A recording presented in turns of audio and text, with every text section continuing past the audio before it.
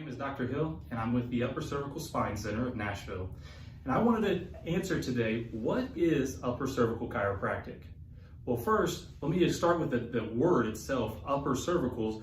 That's a different word, but your cervical area is the neck, and we focus on the upper cervical, which is the top two bones in the neck. Now, they look like this.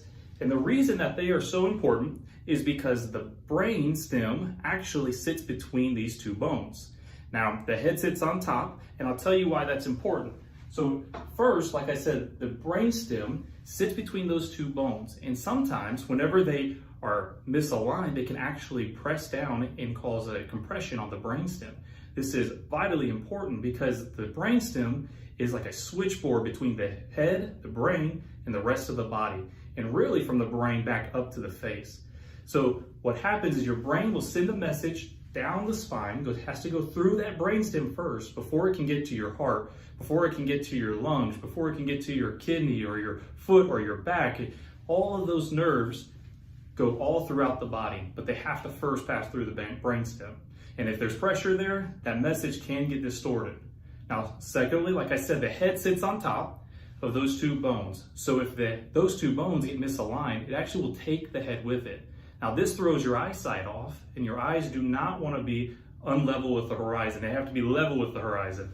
So what your body will actually do is if it goes off, your body will start to compensate by bending, twisting, turning, and rotating to get your eyes back level with the ground or the horizon.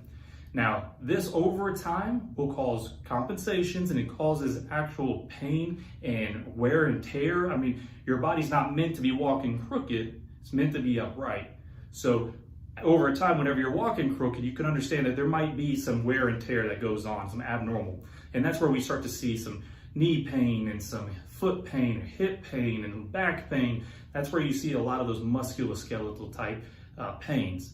Now, what would you typically find in upper cervical office? Well, first of all, there needs to be specific x-rays, right?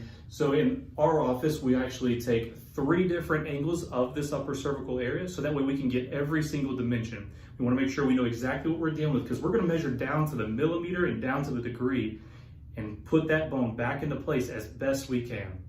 Now, the other thing is very important, it was the instrumentation. We have a computer that we can run up the back of your neck. It tells us if there's pressure on the brainstem, and if there is, that's when we need to adjust. Now, if there's no pressure, then you're good to go. You don't need an adjustment.